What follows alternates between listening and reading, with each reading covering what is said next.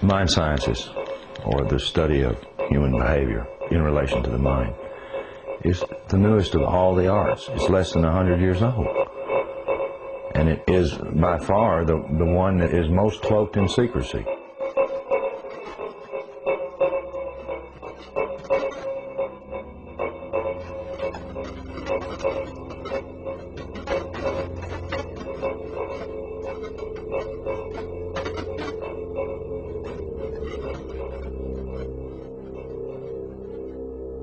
The origins of psychological warfare were in Nazi Germany, and in the Nazi ideology they had something that was called Weltanschauungskrieg, which means worldview warfare. The idea for them was imposing the Nazi worldview on the countries that they had occupied. The Americans picked up this idea, created an American version of it, and called that psychological warfare.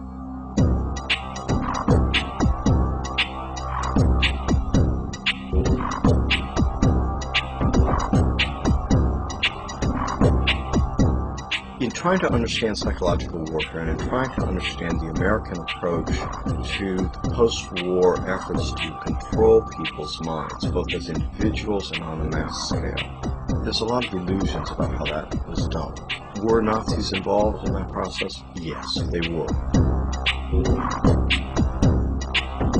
Project Paperclip was a United States government-sanctioned CIA operation for the importation of Nazi and fascist scientists into the United States.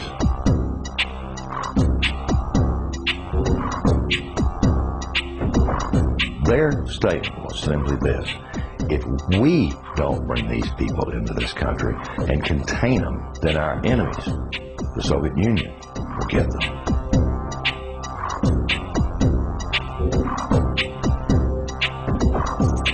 The first wave was to bring these scientists. There was 700-odd propulsion scientists, and then there were some 600 and some odd mind sciences people that they brought in. The CIA was given the responsibility of actually placing the individuals out of Project Paperclip into the military-industrial complex, including our colleges and universities.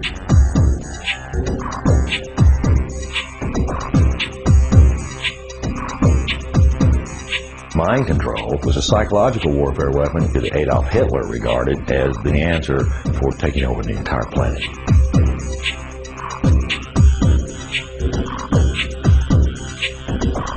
The name for the mind control research in this country was MK-Ultra. MK-Ultra was one program of a series of programs that came out of the CIA to experiment with different types of mind control, using drugs, using electroshock, using insulin shock, and other techniques.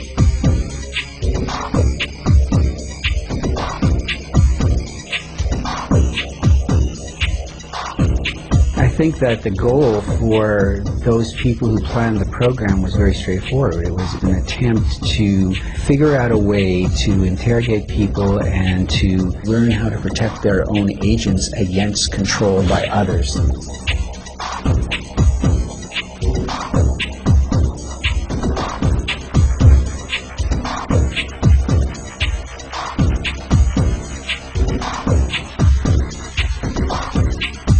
If you put someone in a position of being disabled by not feeding them or not allowing them to sleep or overwhelming them with sound, if you use massive shock treatment and you give people massive doses of drugs such as PCP or mescaline or amphetamines or LSD, and if you put them in periods of darkness where they can't predict from one minute to another what is going to happen next, so they're always dreading, there's no consistency to sort of what's going to happen, anybody can be put in a position of being open to brainwashing.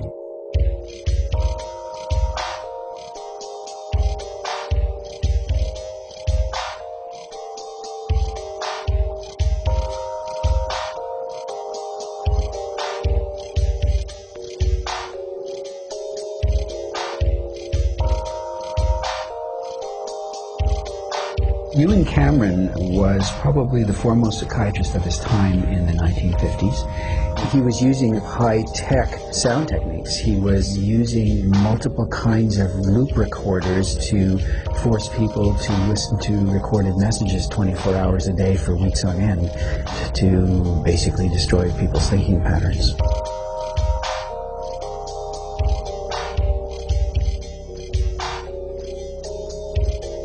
He injected the lysergic acid into the vein, and he patted me on the shoulder and said, "Now there, lassie, we'll see you later." And I started to feel very frightened, and the fright became a terror. And I sort of began throwing myself from one side of the room to the other. I didn't know what to do to stop this feeling. It felt like my bones were melting, that I just didn't know who I was anymore.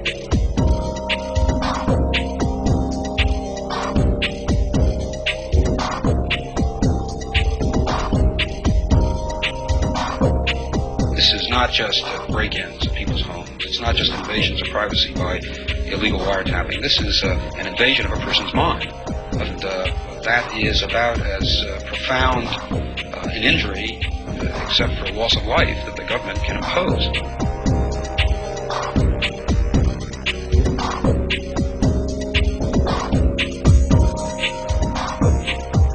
This was a post-Nazi program, if you will.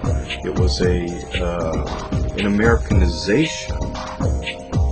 I've often made the statement, and I still make it flippantly. The Nazis didn't lose the war. They just had to move. Now it's 50 years later. Now they're much more clever, much more sophisticated. They have a lot more money to spend.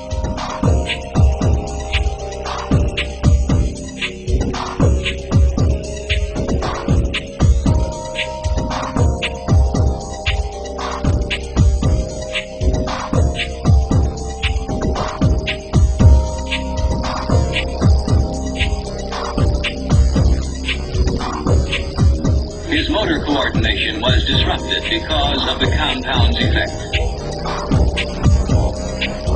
Although his vision was not impaired, he found it difficult to focus his attention on the next objective. His physical actions were noticeably slower. He felt compelled to disobey his instructions. Did Sergeant Ditches give you any instructions about what you were supposed to do tomorrow? Tomorrow? What, today's Thursday? Today's Thursday. Today's Thursday. Well... Wars are not won on the battlefield. They're won in the minds of the people.